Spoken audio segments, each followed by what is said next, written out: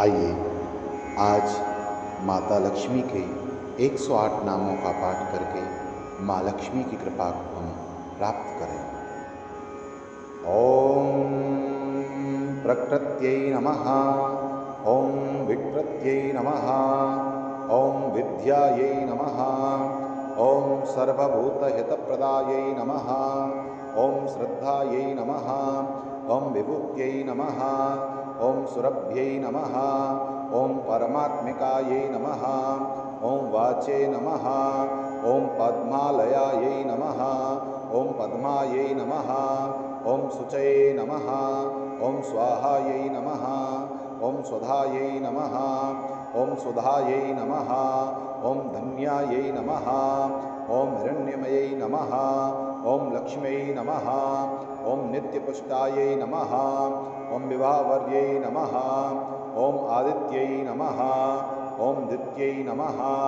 ओम दीपायै नमः, ओम वसुधायै नमः, ओम वसुधारण्यै नमः, ओम कमलायै नमः, ओम कान्तायै नमः, ओम कामाक्ष्यै नमः, ओम क्षीरोत्संभवायै नमः, ओम अनुग्रहप्रदायै नमः, ओम बुद्धये नमः, ओम अनघायै नमः, ओम हरिवल्लभायै नमः, ओम अशोकायै नमः, ओम अमृतायै नमः,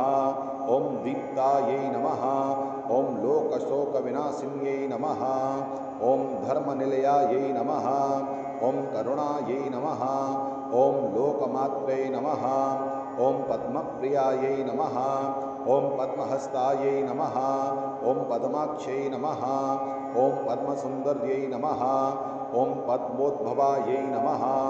ओम पद्ममुख्यै नमः, ओम पद्मनाभप्रियायै नमः, ओम रमायै नमः, ओम पद्ममालाधारण्यै नमः, ओम दिव्यै नमः, ओम पद्मिन्यै नमः, ओम पद्मगन्धिन्यै नमः, ओम पुण्यगन्ध्यायै नमः, ओम सुप्रसन्नायै नमः, ओम प्रसादाभिमुखायै नमः, ओम भवायै नमः, ओम चंद्रवदनायै नमः, ओम चंद्रायै नमः, ओम चंद्रसहोदर्यै नमः, ओम चतुर्भुजायै नमः, ओम चंद्ररूपायै नमः, ओम इंदिरायै नमः, ओम इंदुशीतलायै नमः, ओम आह्लादजन्यै नमः, ओम पुष्ट्यै नमः, ओम शिवायै नमः, ओम शिवकर्ये नमः,